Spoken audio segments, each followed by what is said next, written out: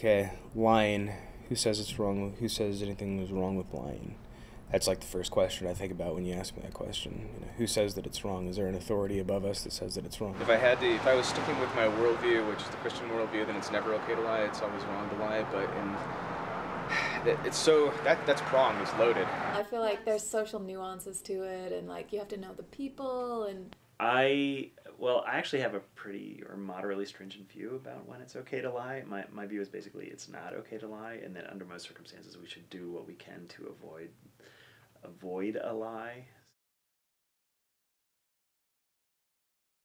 And I think this because I think that lying is a kind of contradiction, which is to say that basically in order for a lie to function, I think that we rely on the presumption that we're telling the truth.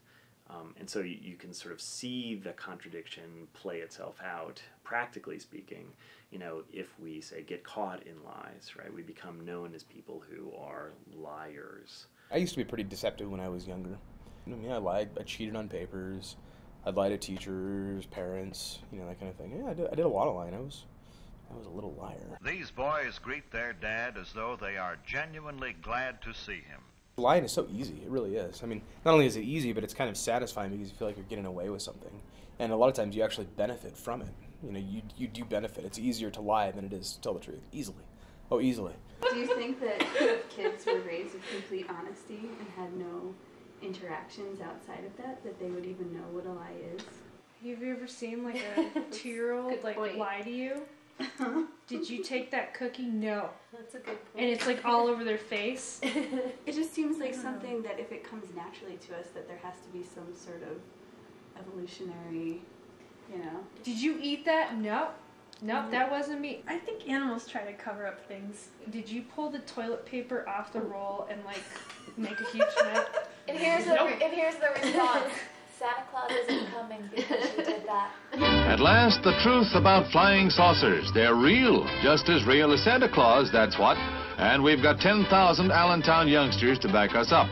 I think there's a difference between lying and telling stories. Santa greets his greeters with gifts and a gala party. Yeah, I mean, technically, I guess, yeah, you'd be lying to your kids, you know, if you said that he actually exists when you yourself don't believe that that's the case. Where are the reindeer? Why, you're back at the North Pole, honey, but don't you cry. Santa is still Santa, Christmas is still Christmas, and kids are still kids. Christmas is like the greatest myth ever told. It's a giant game in which children and grown-ups are all a part, right? You know, the kids don't really know they're a part of the game, but I don't really have a huge problem with that. It doesn't seem to me that it's duplicitous in the same way that that you know, lying about, you know, how somebody looks in a dress is duplicitous. Miss Cameron Diaz looked as though she was wrapped up in some kind of drapery, or even worse, a cut-up envelope. I liked the messy updo, but that was about it. You know, if somebody might be hurt by the truth, then I think it's probably still our obligation to either tell the truth and not lie, or to somehow, to at least avoid telling a lie. I feel like it's presumptive, too, though, to assume that someone can't handle the truth.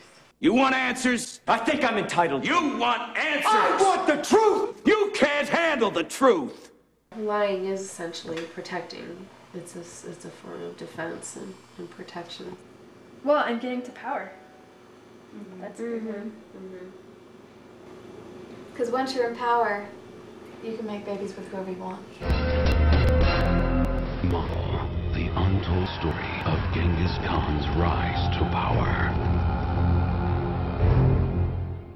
Suppose I believe that nuclear power ought not to proceed, that it's an impermissible sort of energy source, right? I might be inclined to exaggerate the circumstances at the Fukushima Daiichi plant, right? Or similarly, because I know or because I believe that the outcomes from climate change are going to be devastating, then I might be inclined to exaggerate or embellish the climate data. Say, you know,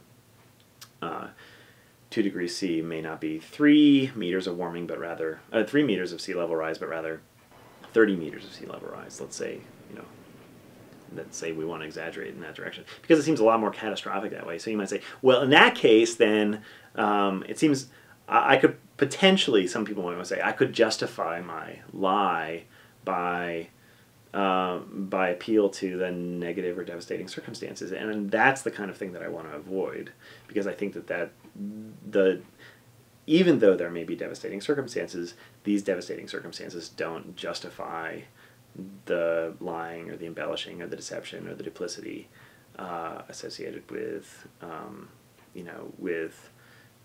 whatever our concern is.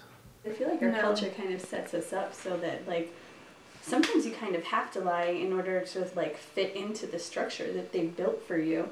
I grew up my entire life being like, don't show what you're actually thinking because it's wrong and Jesus is not going to forgive you. There is somebody that's watching my conduct, and thus I am not going to do that. That's part of it. It's not just because I fear, it's because I respect his ethical guidelines. I think I got really good at just being like, here's how I'm supposed to act or what I'm supposed to say, and like, I mean, there have definitely been relationships where the person was like, it's hard for me to trust you because I've seen you lie and you're a really good liar. If you mislead kids or lie to kids and they find out that you were lying to them later, then they mistrust everything that's above them. My mom told us that she ran away. She would always run away, and then people in the town would find her and bring her back to our house, and she would be like, that's not her dog. And then we would come downstairs and be like, that's Penny! She still says that she ran away. She's still in it. She ran away to the pound. If I'm captured and I'm getting interrogated, should I lie to my captors about the location of 5 million people, all of whom are going to die? You know, if I give up that information, I tell the truth where those people are. Well, you know, is lying right in that context? I think that I could probably live with myself and my conscience if I was to lie in that situation. So I think given those type of situations, I think that I would say that it's almost like a morally justified lie. So the problem with lying to a murderer at the door just is the same as the problem would be with lying to somebody about whether they look good in a dress, right? Which is that your truth-telling becomes effectively indistinguishable from your lie-telling, and so the things you say, have less weight. It's a physical and a spiritual realization that I have, where I know that I'm being held accountable by something and someone else. It never ends well. No, it doesn't. Like, you learn your lesson.